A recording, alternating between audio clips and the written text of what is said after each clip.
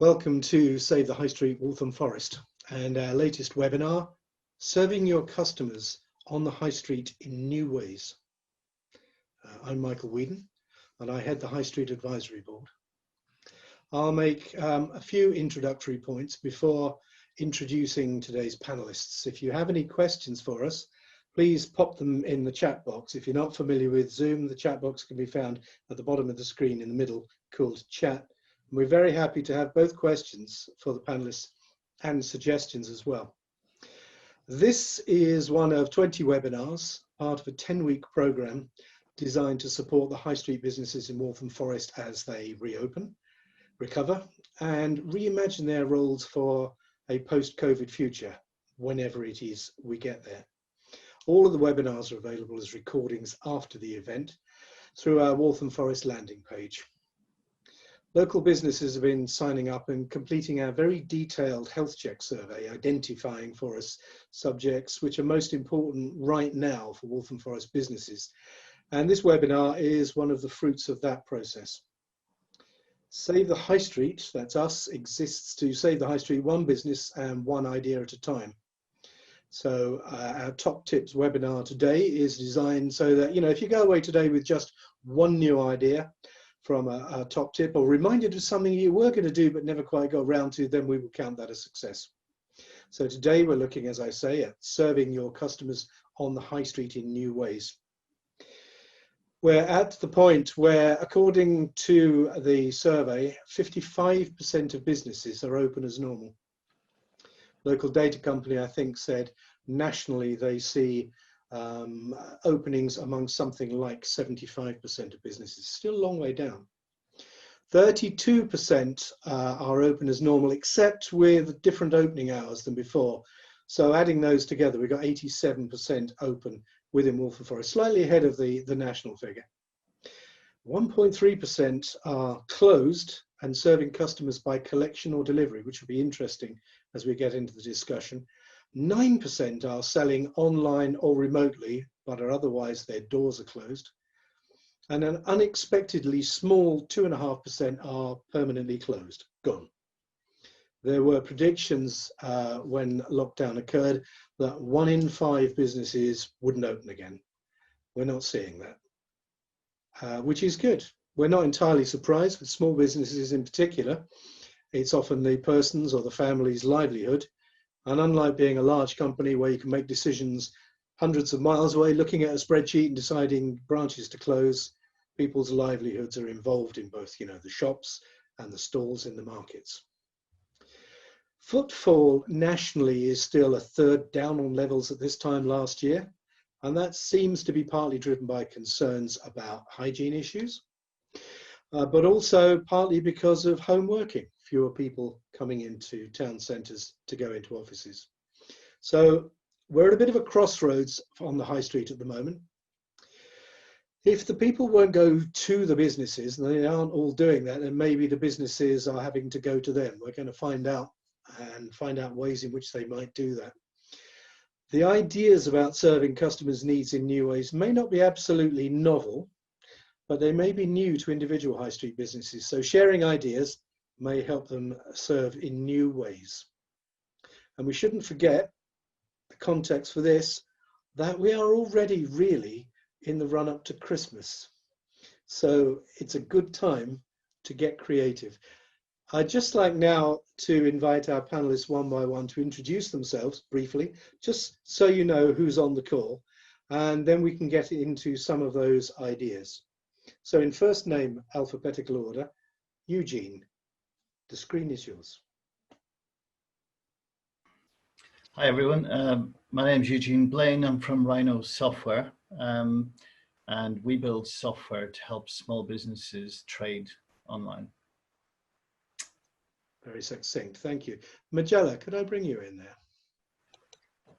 Hi everyone, my name is Majella. I'm a success manager with Save the High Street. So I work with our businesses on a daily basis and take them through the Waltham Forest Business Support Programme. Thank you. Neil. Hi, I'm Neil Edwards. I work for an online platform called BizBinge, We give small businesses a structure in which to move online, to run their business through online SaaS, and we can build communities online. Thank you very much. Well, I want to get right into this. It was something that Magella and I were talking about earlier, actually. There are several elements to it, but one thing we didn't used to have to do in shops, generally speaking, was to serve them in the new way of making them feel safe. That's never really been an issue in the past, in most shops anyway. I think you've had some feedback and some experience, Magella, with businesses in Walthamstow about things they've had to do just so that, you know, changes they've had to make, just so that people do feel safe enough to turn up and buy things. What would you bring to us there? What are people doing? A wide range of things, because you're absolutely right. It's something quite new to consider, and it's really important to make sure that your customers feel safe coming into your shop. So they're doing a variety of things. For example, they're recording contact details for track and trace if applicable, providing hand sanitizers at entry and exit points, use customer social distancing measures inside their shop.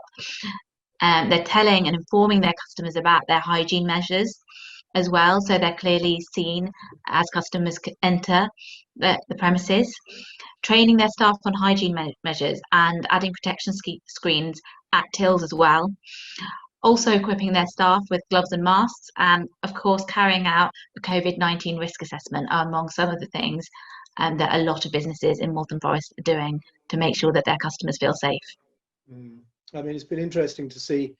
I think shops in particular find it a challenge to actually enforce these things. I haven't been in many shops, frankly. I've been avoiding it myself. But I have heard that, you know, I have heard of, or seen, in fact, in a couple of occasions, shoppers turning up no mask. Not quite clear what the retailers are supposed to do. Are your contacts finding that this is a challenge at all, Magella? I think in the most part, customers do understand the need to wear a mask to not just protect themselves, but protect others. And there are occasions when customers don't come in with a mask, but we're also seeing business owners using a lot of initiative and offering them to sell them a mask, so they can actually shop quite safely when they're in the shops in the high street. Though of course it's quite difficult to for business owners to sort of find the balance to enforce those measures and the social distancing, but also maintain and keep their customers coming, and not to try and lose any customers from the changes as well. If people come in without masks. I mean, it's interesting, isn't it, that, you know, that there seems there are two ways, it seems to me, to maintain distancing in this new way of selling for customers. One is physically, like, here's signage, stand here, do that, go there. And the other one, it seems to me, and we might bring Eugene on this, is time, really. I mean, appointments and getting people, you know, separating them in time is part of this. I think you've done some work for that within Rhino, have you not? Yeah, we have, Michael. Yeah, so it's interesting because I think the one thing that's really important is understanding the demographics of the customer base.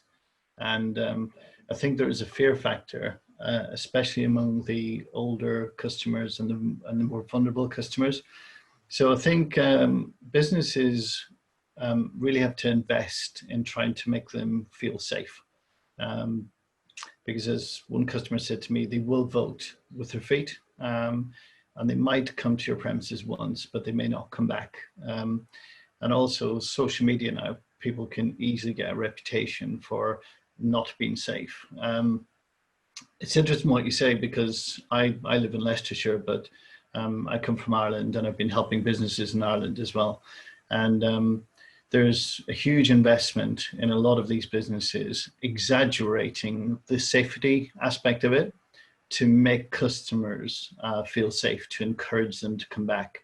And there's a very clear distinction between family-owned businesses that have gone way over the top to make their customers feel safe, and other businesses that haven't. That brings me on to your point. What people, their worst fear is you can control your own behavior, but you cannot control other people's behavior. So your worst case scenario is arriving in a shop that's crowded. So the last place a lot of people want to go is a busy shopping center on a damp sort of day where everybody's walking around and so on, and people just don't feel safe. So one of the things that we did, and it's really, really simple, I have an interest in a restaurant in Ireland. They'd closed down. We wanted to get them open again. They opened without any technology, and they had to close straight away because everybody tended to congregate just after work or when they felt hungry around 6 o'clock.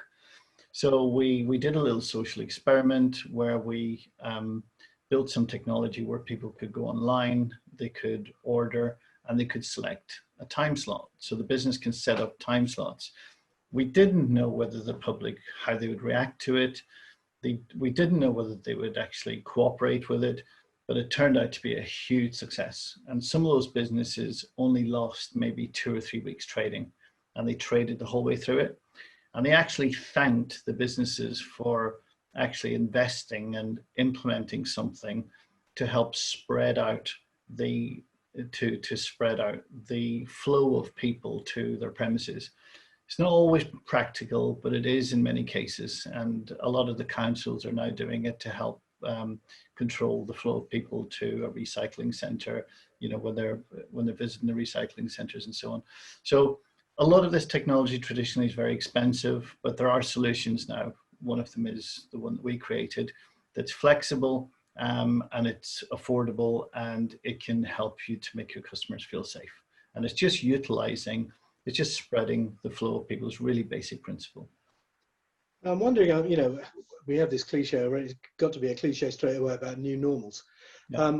But something which has always been the case is that where you have a service which is delivered at a particular time, bookings have been normal. So hairdressers, I don't know, dentists, all those kind of things. That's been the standard, hasn't it? Yeah. Outside of that, not so much. Restaurants will, of course, take bookings. We can understand that.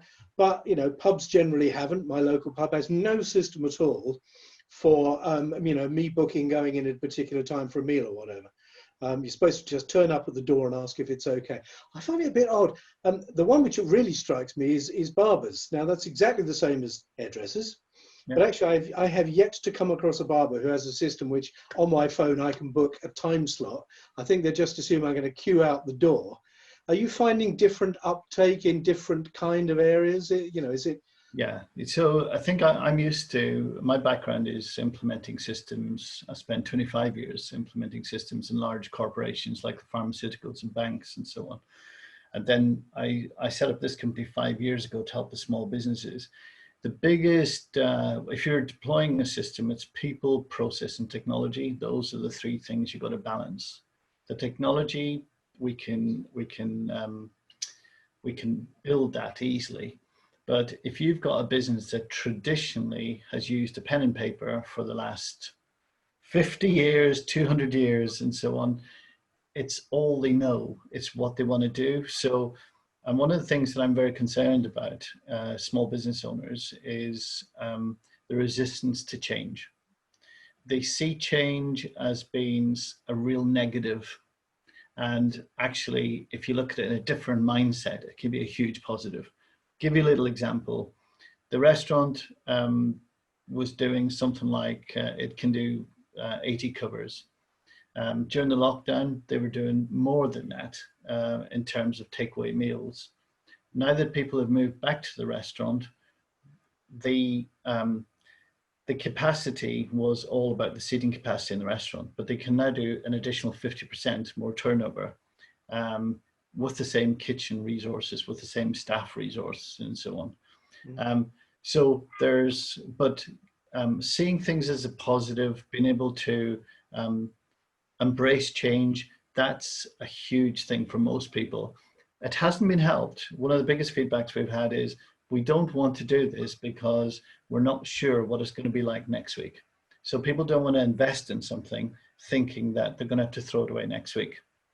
It goes back to what you say, is this the new norm?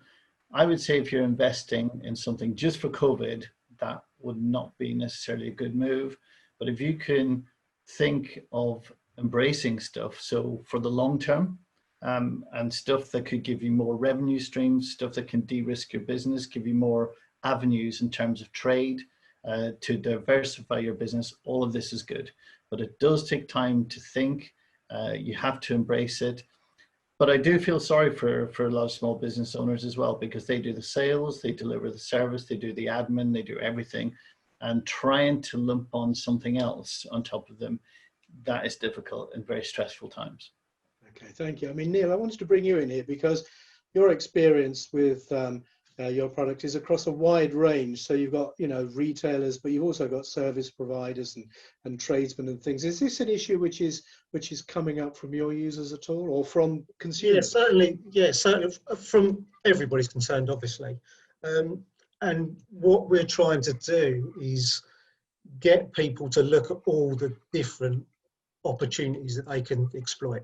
So one of the sort of the tech answers that's been around for a long time is just a simple chat box, where nobody really, if you've got one on your website, very few people activate it or they don't monitor it. And this is a way of preventing sort of visits to stores unnecessary. If you're concerned about your safety, you don't want to be going to a store and looking around the shelves for a product that may not be there. So if someone can simply send a chat message and ask in advance, do you have this in stock?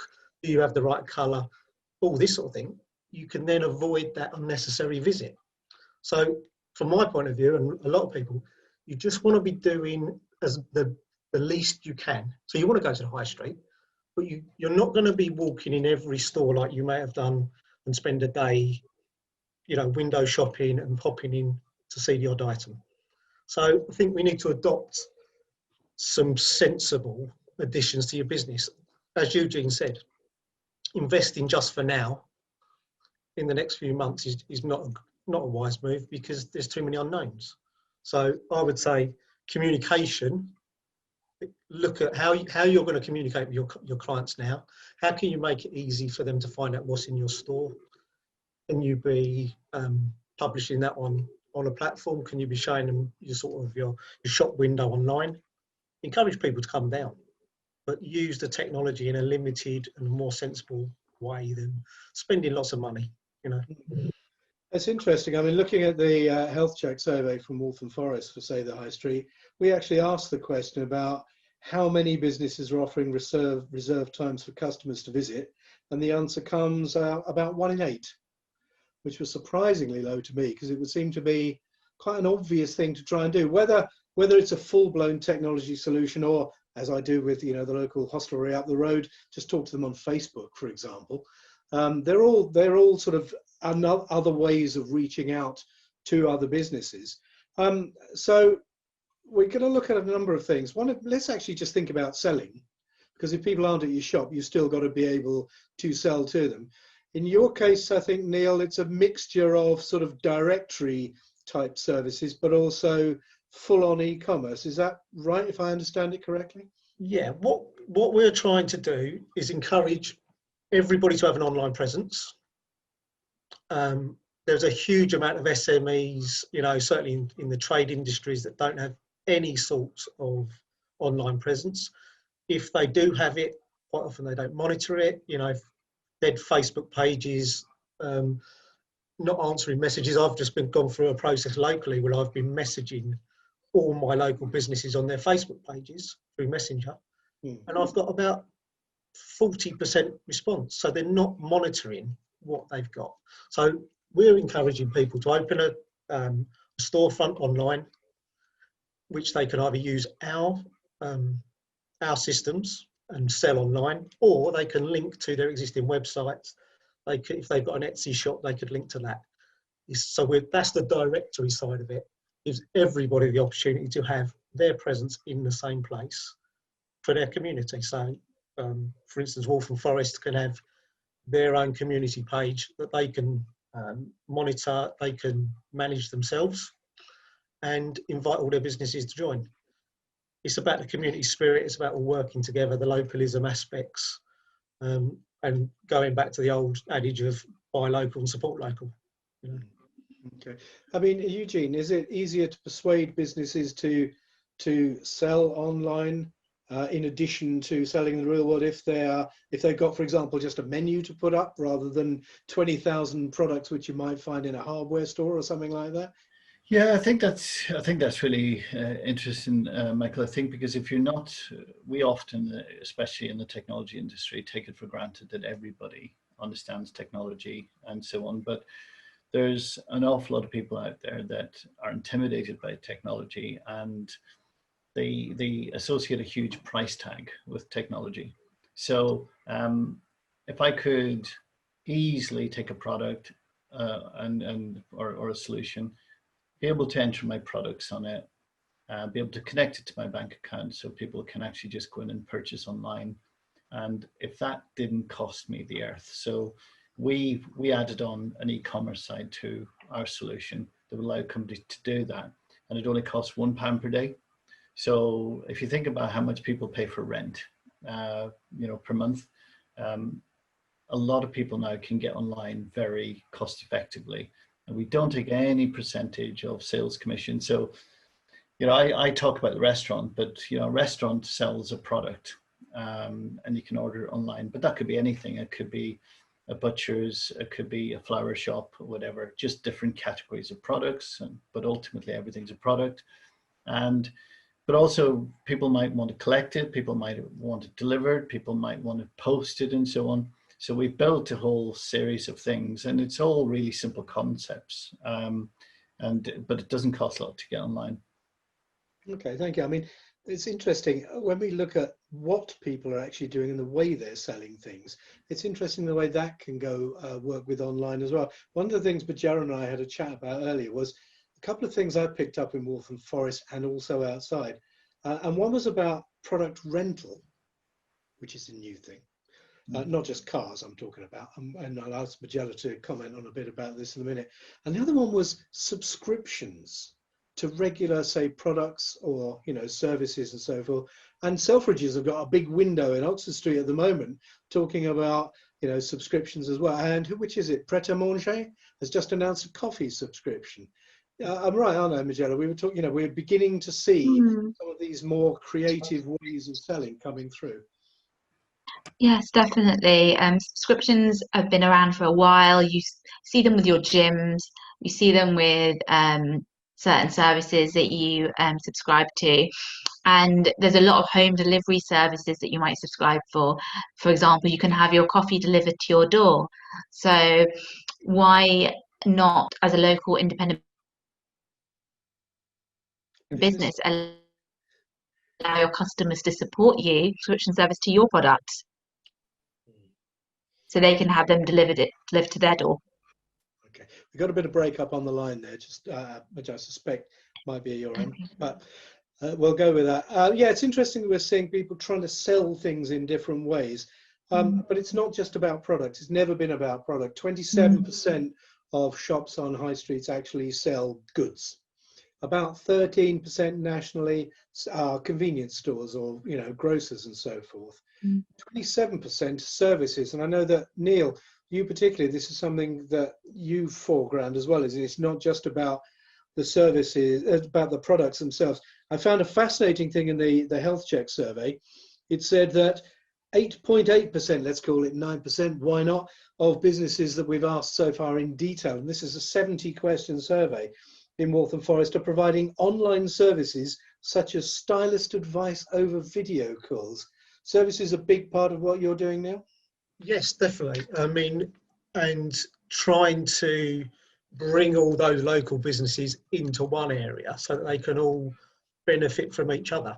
But the online stuff is, we've got people doing Keep Fit, and I've got clients who are in their 80s, exploring Zoom online and doing their Keep Fit classes, and they've picked up amazing amounts of technical ability in a very short period of time. I think we've underestimated the ability of people to adapt and learn at all ages and all types of businesses. We've done a lot of work with painters and decorators who have gone into in the 5 months, giving advice on interior design, adding sort of colour card choices to their online presence, so they can link through from their online storefront to some of the big brands, look at interior design ideas. So they're all adding new elements to just draw people to their online presence, and then win more business. Unfortunately, some people haven't been able to continue in their business for quite a few months, but they've been able to maintain the contact with their client base and even win new business for the future. So it's we've just got, as I keep saying, people have got to open themselves up to the vast array of different types of additional services, additional ideas, and try them in a safe way. I mean, don't be scared to add services and then take them down if they're not working, because you know, we don't know what the future is going to hold, and we don't know what the answer is. Okay, well, we'll try and come up with some answers, but thank you. I'll come to Eugene in a minute, and I'll come to Magella after that. There's a couple of things I want to ask them about. I remember when I was a lad, my nan lived in Hounslow. She was one of the few people in the street who had a telephone, and what she would do was she would phone an order through to the grocer at the end of the road, and a kid with a basket on the front would ride down the road at some point later in the day with whatever she'd ordered. And she ran a tab there. And I have to say, the first time I got involved with an e-commerce outfit, which was before the year 2000, I wrote an article about, you know, is this the return of the grocer's boy with the bike and the basket? Because ultimately, it's interesting, they were reaching out even then. Eugene, do you find that delivery is part of what your people are getting into? It's not, I know click and collect is quite an important thing and the time and so forth, but are customers looking to have stuff delivered to them, and are businesses looking to actually serve literally directly by taking stuff to them? What's happening? Yeah, I think it's interesting on the delivery side, and I think one of the fallouts of what we're going through now is a fallback to the whole essence of trading and more traditional ways of trading. So, you know, sometimes someone once said to me, you can introduce too much technology, things can get too efficient, and in doing that, you lose something. So I would say a lot of the big chains have probably taken they've taken the business model too far. And I personally love a family business. So during the crisis, a lot of our local pub, and there's lots of small businesses that really bent over backwards to actually help their local communities. And I think that will be remembered. And there's certainly around South Leicestershire, there's a real resurgence in community values and so on. The personal touch, someone actually cooking for the vulnerable and bringing it to their house and so on. So that's one aspect of it. Then there's some of the bigger businesses that have gone into the delivery side, but I would call it organized chaos. So they've just got loads of phones and ringing and people driving everywhere, and everyone feels busy. But when you step back and you look, is this profitable? Is this constructive and so on? It certainly could be optimized with a little bit of technology and so on too. You don't need two people manning the phones. You're missing orders when someone else is on the phone and so on. So I do think there's a great opportunity here for the rural communities and small family businesses to actually reestablish themselves through providing old-fashioned services, as you describe, face-to-face contact. All I would say is there is technology now to actually make that much easier and make it a lot more efficient. Yeah, it's interesting. I mean, locally, I find that lots of businesses, as we use the word these days, pivoted, so that they are delivering, whereas you used to have to complete the transaction by going and collecting from them. But they're all doing it individually, locally. So, for example, we've got a local marketing group of food businesses with 75 members, but they're not doing sort of common delivery. They're all sending out their own van to deliver pork pies or wine or whatever. That's in the country, and that's interesting, but we have rather more options. I think you've been looking at that in Magella as far as Waltham Forest is concerned. Yes, we have. So in terms of Waltham Forest, one example of such a scheme is Z, which is a zero emission delivery service in Waltham Forest, London. It provides a local delivery service on bikes or for larger deliveries and electric vehicles as well. And the point of these delivery services is they provide a local delivery scheme service to businesses and to customers as well. And they may also help to reduce traffic, carbon emissions, and pollution. And also, they may be able to help those who are unable or unwilling to venture out during the COVID crisis. So, this could be quite helpful to your business. Okay, and I can see the attraction of having these common services, and there are other commercial ones as well. I'm not so familiar with them. They tend to concentrate more other services on food, don't they, rather than product type delivery. I think Z mainly concentrates on food delivery, if I'm right. So non-food delivery rather. But you know, you can see why it makes sense if people are still a bit nervous about going out, and maybe for some time, as we have seen. That you know, these things have a long-term value. I think. Question is, will they become permanent? And I don't think any one of us, and Neil's already said, you know, you don't know what's going to happen next. I don't think any of us are confident enough to say whether these things will remain. There's some evidence at the moment that actually online sales are falling back a little already as footfall rises. You're not willing to stick your neck out, Neil, and say whether you think we'll actually stick with all of this or just a part of this? I think what we're going to stick with is people are going to support their local businesses. I've not heard anything different. I know people feel at the moment they're being pushed to online and the big sellers, but they're not particularly happy about it. They want the opportunity to have the convenience of online available from their local businesses. We need to tackle the cost element of this. You know, if everybody's is looking for an individual solution to that business, it's going to be very expensive. If they can collaborate, then obviously they can reduce those costs. And I think that's, you know, areas need to look at communicating with each other and then coming up with a solution and driving down the costs. These services, you know, click and collect, delivery, they're all going to be here to stay. I was mentioned earlier about the farmers market, and I can't see why farmers markets are not offering a service where you can pre-order. So, you know, they're opening up on a Sunday. Why are they not collecting orders Monday to Friday, bringing them along? You know, guaranteed sales, and increasing their turnover on the day. You know, they're probably travelling up with half a van of goods because they're worried about being left with stock. Well, they can offer an additional service. They're not going to be able to do deliveries. You know, they may not be able to do click and collect on the day, but they can take pre-orders. So, you know, look at different aspects, how you can serve your customers, and invest in, or one thing I would invest in, CRM. You know, how do you communicate with the clients you've got? You know, how are you retaining them? Most stores deal very well with someone who comes into them, but after that customer leaves, there's no communication. So they need to address that. Thank you. You take us to a fascinating subject, Neil. It's something I've been thinking about, because you talk about collaboration and marketplaces. One of the notable things about Waltham Forest is the sheer scale of the market, the main market there, and the fact that it has the Sunday social market as well.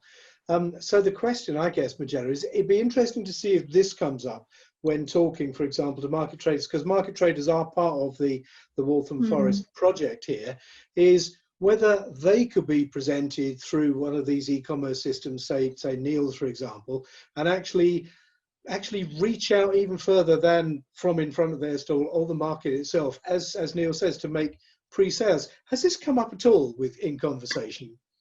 Yes, it has actually, and I have received feedback and suggestions similar, and had discussions with market traders about this and how, you know, they are the longest street market in the UK, so why not share what they have online on an online marketplace, not just for one market stall, but all of them, where they've got a platform to actually have their products showcased and sell them that way as well.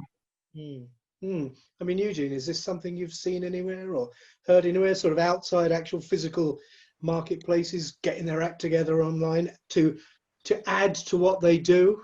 I think it's probably early days. So I think if you're trying to get a business back up and running, there's so much to do. Um, so you've got to, so a lot of these businesses, when they're trying to get reestablished again, there was just so much to do. They had to get all of their suppliers and their supply chains up and running, and so on. Staff, a lot of them would have lost staff and so on. So, so they've had a lot of firefighting and they've had a lot to do. I think one of the, so I think we're still early days in all of this. So businesses have been back up and running now for 2 or 3 months. And the circumstances are changing. So for example, the summer weather, it's easy to go out and, outside and so on. But once it starts raining, once more and more people go back to work, people may have less time to, and so on. So the circumstances are changing all the time. The tourist season as well. So a lot of people stayed on staycation and so on. So they visited rural communities and so on. Once the winter, autumn and everything draws in, the circumstances are going to change again. So I think people will have time to sort of digest everything, but there will be a compelling need, I think, to start looking hard at some of this. And I think those that embrace change will fare better than those who don't. And I guess we've got a relatively small window, Eugene, between now and when, as you say, the weather, which is something we're all very familiar with here, really begins to, I guess, force businesses to consider some of this. We had this, the pavement licensing come through. I'm not sure, Magella, whether you've seen much of that coming through in Waltham Forest yet, but it's got some good roads for that kind of thing. But actually, do you want to be outside on the pavement in February or November or something like that? So these new ways of, serving your markets have really got to be in place quite soon, really. I can understand what you're saying, Eugene, about, holding off and taking time to do it. But actually, time's not really with us here, is it? We need the new stuff now, don't we? Yeah, but I think it goes against all instincts. A lot of small businesses, they run on fine margins. They don't want to invest unless they absolutely have to. The human spirit likes to live in hope that everything will go back to normal and so on. What I've been struck by is the difference in some people who've put in huge preparation, who are really thinking strategically, thinking long term, who've taken the painful steps and actually discovered some very interesting things, and those who've done the bare minimum. And I do fear for especially changing circumstances and so on. Another big factor I think that's underestimated is there's a lot of the retirement or the older people in this country are the people that have got a lot of the disposable income and power a lot of businesses and so on.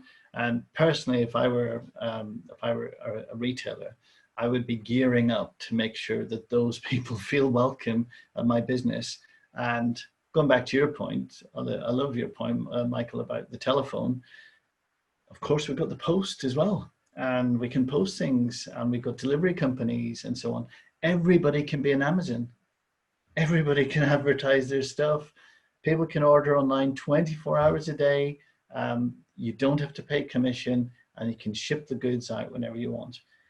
This is radical stuff, but it's not really. And it only costs £1 a day with some products, like the one that we're, the one we provide. But it's interesting because I naturally like to help people, but sometimes you can't help people unless they actually realize they need help. And as you say, with time going by, coming into the autumn and winter, I fear that a lot of people will do too little, too late. That's one of your ambitions, isn't it, Neil? The Amazon word came up there, something you mentioned to me previously. Yeah, we through discussion, we've always had we started with a centralised marketplace for products like Amazon. So that has been there for 5 years, sitting there in development.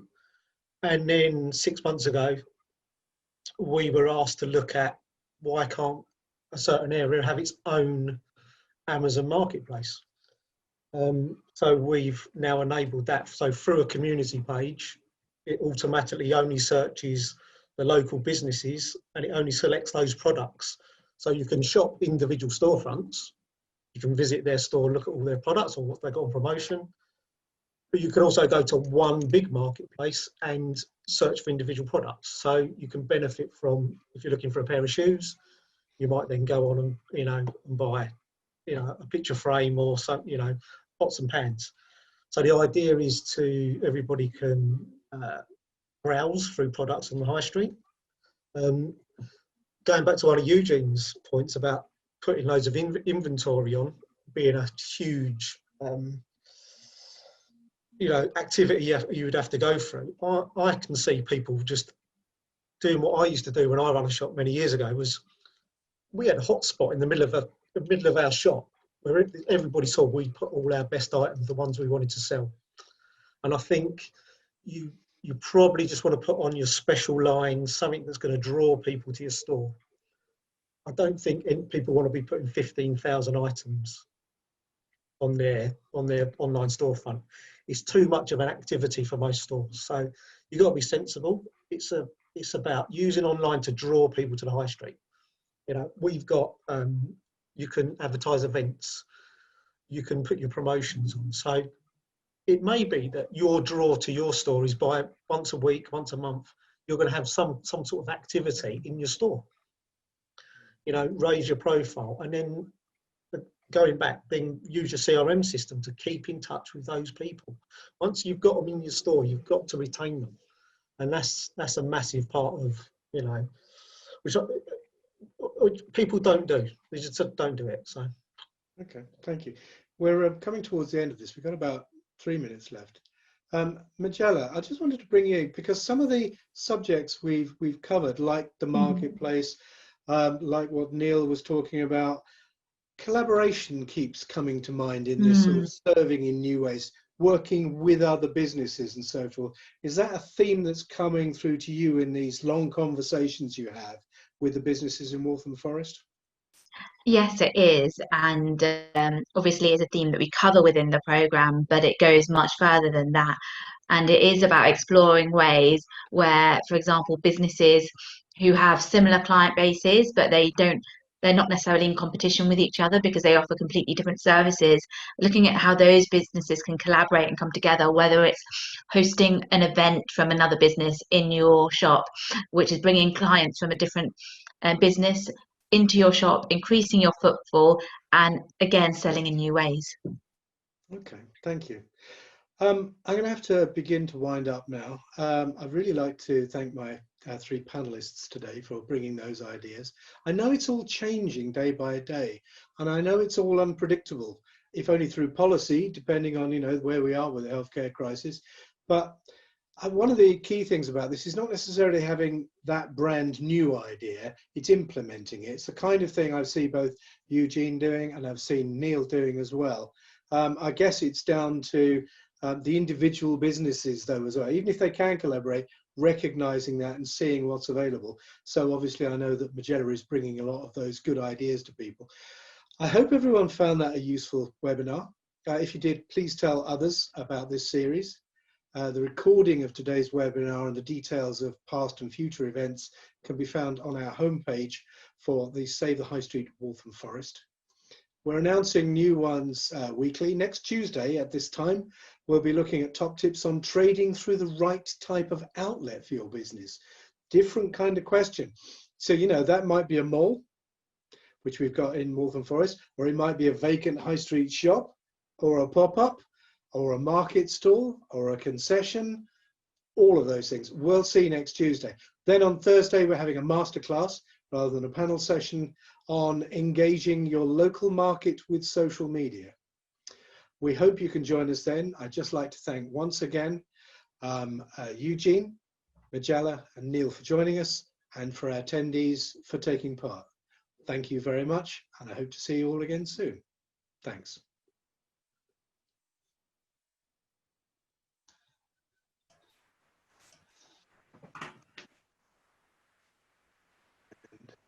Okay, we'll just let that roll for a second. Thank you. I'm really grateful for you coming along. It was good. Yeah. Thanks very much. Yeah. It's a couple of times now we've met online. One day we must meet together as we're only a few miles apart, Eugene. Oh, I look forward to being able to have a proper beer. So, was it a pub or a restaurant down the road? Because I spotted Eugene originally in Rhino from our local newspaper. We still have a local newspaper here. Yeah, no, it's 150 odd good. years old. It's doing really well. It's the Chandler's Arms in Cheersby. Yeah. Doing really well. They've had their beer garden. They spent a couple of months doing up their beer garden, and I think they've had a great summer. So, and I have frequented it a few times. So, yeah. Okay. And I hope Potter's Bar continues to do okay, Neil. Yeah, I think we haven't seen any terrible closures, or everybody sort of muddled through. Some of the restaurants were good. They tend to close down for 4 weeks in this period of time. Go back to Portugal, go back to Spain. So that didn't affect them. They missed quite a lot of it. So yeah, it's I think we're okay. And thank you for coming along, Magella, because I know it's interesting that you're one of the people who's really plugged into what's going on in Waltham Forest and talking to these businesses every day. I mean, it must be fascinating to hear what's coming out of that.